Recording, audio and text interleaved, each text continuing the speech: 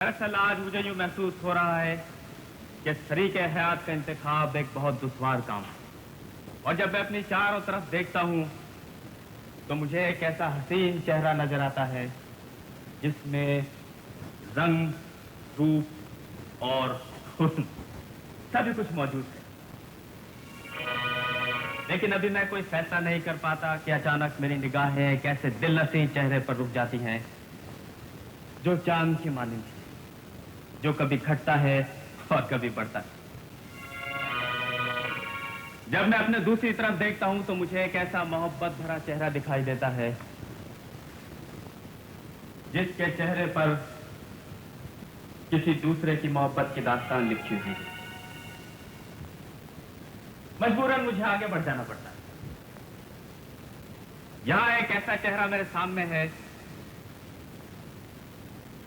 जिसकी सादगी काबिल दीद है। इस सादगी पे कौन न मर जाए है खुदा, लड़ते हैं और हाथ में तलवार भी नहीं।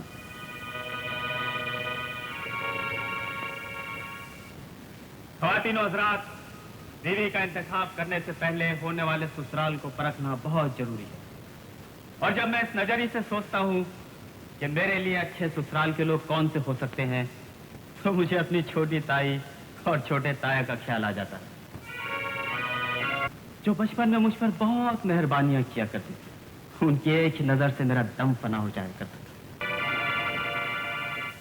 फिर मुझे याद आता है कि मेरी मंझली ताई और मंझले ताया भी मेरे साथ कुछ इसी किस्म का सलूक किया करते थे, जिनकी बातें सुन सुनकर मेरे बाप का कलेजा करता था और मेरी माँ का जी खुदकुशी करने को चाहता था। अब सवाल आता है मेरी बड़ी ताई का, और जहां तक मेरा हाफिजा साथ देता है, अगर इन्हें मेरे बड़े ताया जान का खौफ ना होता तो मेरी तबाही और बर्बादी में सबसे बड़ा हाथ इनका भी होता। और वैसे भी इन्होंने कभी मेरे माँ बाप के दुश्मनों का दिल नहीं तोड़ा। अब रह जाती है फूफो जान, जिन्हें हम सब प्यार से फूल आपा कहते हैं। प्यारी फूफो, आप मुझसे खफा ना हो, आपको तो मैं कभी भूल ही नहीं सकता। आपके अजीम शान सलूक की दास्तानें तो मैं अपनी आने वाली नस्लों को भी सुनाऊंगा और उन्हें बताऊंगा कि मेरी फूफो बेरहमी और संगदिली का जीता जागता नमूना। हाँ, इस घर में एक ऐसी शख्सियत भी थी जिसके दिल में इंसानियत और रहमदिली का जज्बा कूट कूट कर भरा हुआ था। वो शख्सियत थी मेरे ताया जान की। अगर इस घर में मेरे माँ बाप को किसी ने सच्चा प्यार दिया तो मेरे ताया जान थे। मेरे माँ बाप की आंखों से आंसू पोंछने वाले भी मेरे ताया जान थे, और मेरे माँ बाप की मौत के बाद मुझे अपने सीने से लगाने वाले भी मेरे ताया जान थे। मेरे ये रिश्तेदार जिन्हें दौलत से मेरा और इनके रिश्ता याद दिला दिया है, मेरे माँ बाप की मौत के बाद मुझे जिंदा देखना नहीं चाहते थे। लेकिन आज मेरे पास दौलत है तो ये सब लोग अपनी बेटियों के रिश्ते मुझसे करना चाहते हैं, इसलिए कि मैं दौलतमंद हूँ। मैं पूछता हूँ क्या मेरी दौलत ने इन सब की इज्जत, गैरत और खुददारी को मौत की नींद सुला दिया है? क्या आज ये सब इस बात को भूल गए हैं कि मेरी माँ एक हकीम और इन सब के लफ्जों में एक सच्ची औरत? हाय दौलत, तू भी क्या चीज है। तेरे बगैर इंसान सोने का भी हो तो मट्टी का बनकर रह जाता है, और ये दौलत किसी भिखारी को भी मिल जाए तो लोग उसे सलाम करते हैं, उसे अपने गले लगाते हैं और उसे अपने सर पर बिछाते हैं। ख्वातीन और हज़रात, मेरी भी आज यही पोजीशन है। कल तक मैं कंगाल था तो सबकी नजरों में अकेला था, और आज मेरे पास दौलत के अंबार है तो मैं सबके घरों का ताज हूँ। ये उठाने वाली दौलत की बरकत है जिसकी वजह से खानदान का हर बुजुर्ग मुझे अपना दामाद बनाना चाहता है। हाँ, मैं दामाद बनूंगा। मैं जरूर किसी न किसी का दामाद कहलाऊंगा। मेरी नजरों ने जिसका इंतखाब किया है, मैंने अपना सब कुछ बचपन ही में उसके कदमों में ढेर कर दिया था, इसलिए कि उसने कभी मुझ पे दौलत का दाव नहीं लगाया, उसने कभी मेरी दौलत से प्यार नहीं किया, उसने मेरे दिल से प्यार किया है। और मैं भी उसकी रूह का पुजारी हूँ। क्या आप लोग जानते हैं वो कौन है? वो मेरे अजीम मोहसिन की बेटी आशी है। इसे अपने दिमाग का इलाज कराना पड़ेगा। आशी मेरे सिवा और किसी से प्यार नहीं कर सकती। भगवान,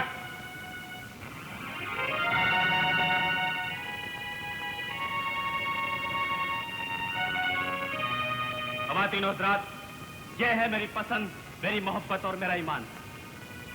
कहिए, आप लोगों को मेरा इंतखाब पसंद आया? खामोश खामोश। तशरीफ रखिए ख्वातीन व हज़रात। तक़सीम इनामात वाला मंजर तो हारने वाली टीम भी देखा करती है।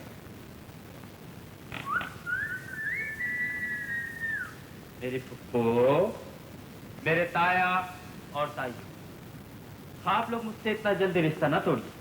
अब से थोड़ी देर में तो आप लोग मुझे सराखों पर बिठा रहे थे और मुझे अपना दामाद भी बनाना चाहते थे। ये लीजिए बेगम साहबा, दौलत और जायदाद की तफसील।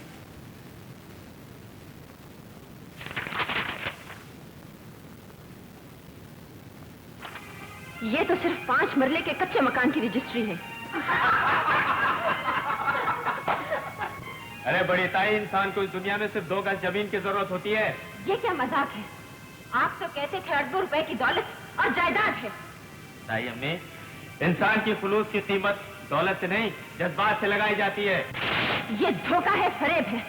मैं अपनी बेटी की शादी इस धोखेबाज से नहीं करूंगी। ये शादी हो जाएगी। हजरात, अब मैं इनके मामू को बुलाता हूँ और इनके हिस्से की जो नकद रकम है वो खुद इन्हें पेश करें। मामू? मगर वो तो मर चुका है। ताई अम्मी, जो लोग दूसरों के लिए जीना जानते हैं वो कभी नहीं मरते। आज इस घर का मुलाजिम आप लोगों के सामने जबान खोलने की जुर्रत कर रहा है। मैं इस घर का नमकखार होने के साथ साथ नवाब दादा साबिर का हकीकी मामू भी हूँ। ये मेरा भांजा भी है और मेरे आका का बेटा भी। क्या? ये मुंह क्या बकवास कर रहा है? फूल फुप्पो, जरा मामू जान की दास्तान तो सुन लीजिए। मैं वही बदनसीब हूँ जिसकी बहन को नवाब आशिक हुसैन ने बीवी बनाने से पहले ये यकीन दिलाया था इस घर में उसकी हैसियत वही होगी जो एक बेगम की होती है। उसका मकाम वही होगा जो इस घर की बहुओं का होता है। लेकिन जब मेरी मासूम बहन इस घर की बहू बनकर आई तो इन जालिमों ने उसका जीना दूभर कर दिया। मैं आज डंके की चोट पे ये बात सबको बताऊंगा कि मेरी बहन और नवाब आशिक हुसैन की मौत के जिम्मेदार ये सब लोग हैं जिन्होंने मुझे रिश्वत के तौर पर ये नोट दिए थे और कहा था कि किसी तरह हमारे भतीजे साबिर को ढूंढ कर लाओ। तो ये सब तेरी ही चाल थी। नमक हराम बुढ़े, निकल जा यहाँ से। खुद दामन साहिबा, मेरे मामू को नमक हराम कहने से पहले ये सोच लीजिए कि ये मेरे और आसी के रिश्ते से आपके क्या लगते हैं। मैंने उनका नमक खाया है और आपकी बेटी आसी मेरी बीवी बनकर मेरा नमक खाएगी। अरे कैसी बीवी और किसकी बीवी? मैं अभी तुम्हें और रहमान को जेल की सैर करवाती हूँ। कैसा जमाना आ गया है। खुद दामन साहिबा, आप अपने दामाद को जेल की सैर करवाएंगी है? अब ये बात हद से बढ़ गई है। मैं अभी पुलिस को बुलाता हूँ। अजी, पुलिस को बुलाने की क्या जरूरत है? इन दोनों को धक्के मार कर घर से बाहर निकाल दो। अरे इस रहमान को खुदा की मार, इसने हमें आज तक ये नहीं बताया वो मनोज इसकी बहन थी जिसने इस घर को बर्बाद किया। साबिर को हाथ लगाने की कोशिश ना की जाए और मामू जान के बारे में भी कोई ऐसा जुमला ना कहा जाए जो उनकी शान के खिलाफ हो। अरे जी गिरो आशी बेटी। आशी, तुझे क्या हुआ? अशोक जी, मैं यहाँ हूँ। क्या आपकी नजर कमजोर हो गई है? एसएचओ साहब, देखिए मैं नवाब शाहिद बोल रहा हूँ। हमारे घर में गुंडा घुस आया है। जी हाँ, आप जल्दी तशरीफ लाइए। जी बहुत जल्दी। शुक्रिया।